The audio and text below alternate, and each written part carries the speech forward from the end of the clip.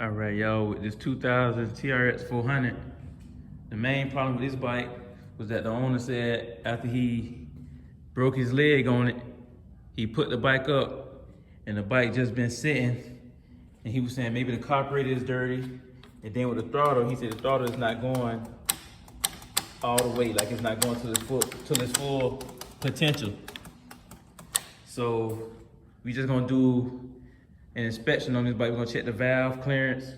We're gonna run through the carburetor, clean the carburetor, tune it, and then we're gonna go from there. All right, y'all, so I got the fenders took off. So the next step, what I'm gonna do, like always, I'm gonna take the gas tank off, gonna pull the spark plug out, and we're gonna make sure it has spark. And then we're gonna go from there. All right, y'all, so I got the spark plug out right here.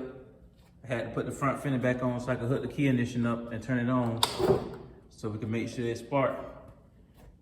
And as you can see,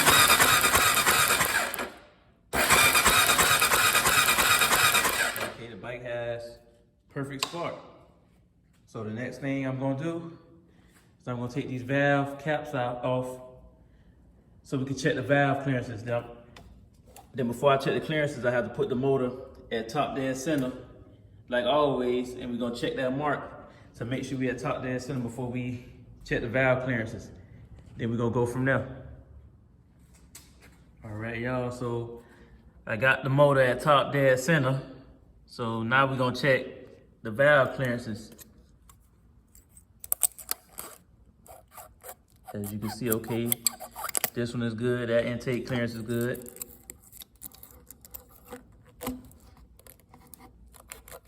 Okay, that intake clearance is good. Now we're gonna check the exhaust clearance. Okay, that exhaust clearance is good.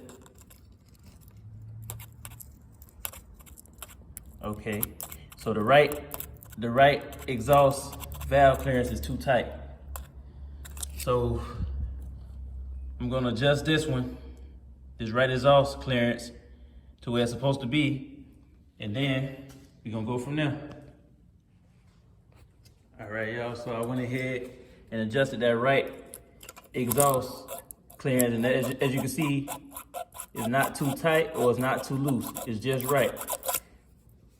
So now, all the valves is perfect. They're exactly the same, on point. So the next thing I'm gonna do, I'm gonna put the caps back on, put the spark plug back in. I'm gonna take the carburetor off, and we're gonna see what's going on with the carburetor and why it's not allowing it to open up all the way. And then we're gonna clean it, and then we're gonna go from there. All right, y'all, so I got the carburetor pulled off, and as you can see, this is limit activity because it looked like they have gasket maker on the carburetor, but gas is around, which is definitely not good. So what I'm gonna do is I'm gonna pull this, the carburetor bowl off, and we just gonna clean the carburetor and run through all the jets and put the right gasket up, and then we're gonna go from there.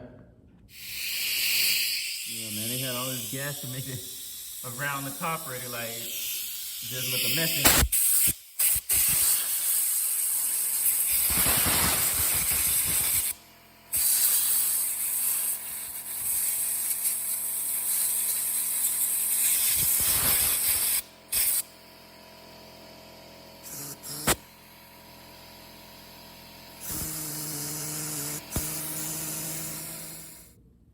All right, y'all, so I got the carburetor back on, and as you can see, the throttle cable is allowing it to go open all the way up now. So the carburetor nice and clean, the valves adjusted. So the next thing I'm gonna do, I'm gonna put fresh gas in the gas tank. I'm gonna put the gas tank back on, and we're gonna start putting all the plastics in the seat and everything back on. Then we're gonna see if it had that V-touch, then we're gonna go from there. All right, y'all, so I put fresh gas in it, and while I was doing that, I was checking the oil and everything, and I noticed that his back brake fluid is empty, which could cause you to definitely break your leg or get hurt. mess yourself up. So what I'm gonna do, I'm gonna put some .3 brake fluid in it for him, full that up, and then I'm gonna finish putting the plastics and everything else back on, and then we're gonna go from there. All right, y'all, so I had put the bike back together, and I had went to start the bike after doing the valve adjustment, carb clean, and cleaning all the jets and everything, and the bike pretty much would not idle, and it kept breaking up.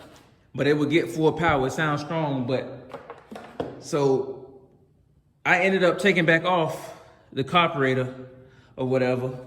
And when I took the carburetor off, I still had the gas line connected. And when I, touch the gas, when I press the gas on the bike, the carburetor was not squirting out any gas. And here go an old carburetor off of old CRF. Gas should come from the carburetor as you hit the gas. While you hit the gas, the slide will lift up and gas will squirt out the carburetor. And this bike is not doing that. So therefore, we have a problem with the accelerator pump on this bike.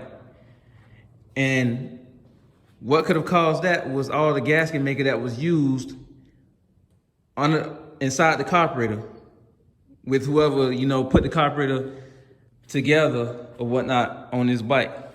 So all that gasket maker got inside the accelerator pump and damaged the accelerator pump. So that's definitely gonna be the next thing he would need for this bike. But other than that, this is all the bike will pretty much do.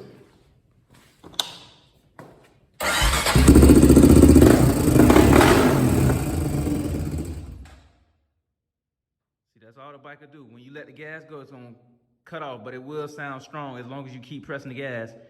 And, there's no use of that because we need a nice idle.